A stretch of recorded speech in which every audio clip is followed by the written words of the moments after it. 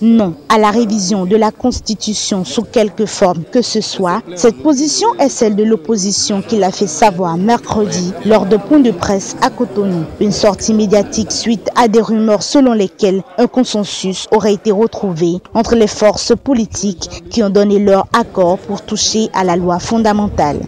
Ce document, qui serait le fruit des réflexions d'un groupe de travail dont les travaux sont en cours, ne constitue pas un consensus retrouvé avec la classe politique et témoigne par la même occasion du manque de sincérité des auteurs et commanditaires de telles manipulations.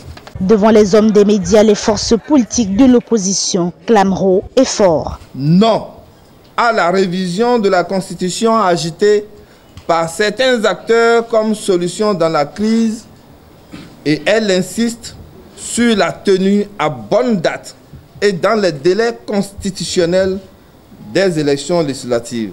Tout en fustigeant la manière dont se déroulent les tractations en vue des élections inclusives, l'opposition au pouvoir du président Patrice Talon revient sur certains aspects qui pourront aboutir à un consensus. Le consensus consiste en une concertation de l'ensemble de la classe politique sous la facilitation d'une personne indépendante.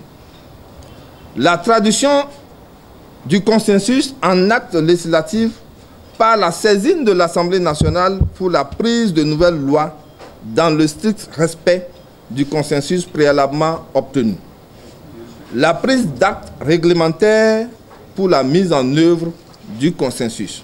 C'est fort de tout ceci qu'elle exige. L'opposition propose que la recherche du consensus soit élargie au-delà de l'Assemblée nationale conformément au protocole additionnel de la CEDEAO dans un format de médiation assuré par une personnalité neutre. Le chef de l'État instruise son ministre de l'Intérieur à l'effet de libérer les documents de formalisation et de mise en conformité aux partis politiques dont les dossiers de déclaration de constitution ont déjà été étudiés. Le directeur général des impôts soit instruit à l'effet de libérer immédiatement les quitus fiscaux confisqués par ses services. Ensuite, que le processus électoral soit suspendu pour témoigner de la bonne foi du chef de l'État dans la recherche du consensus prôné.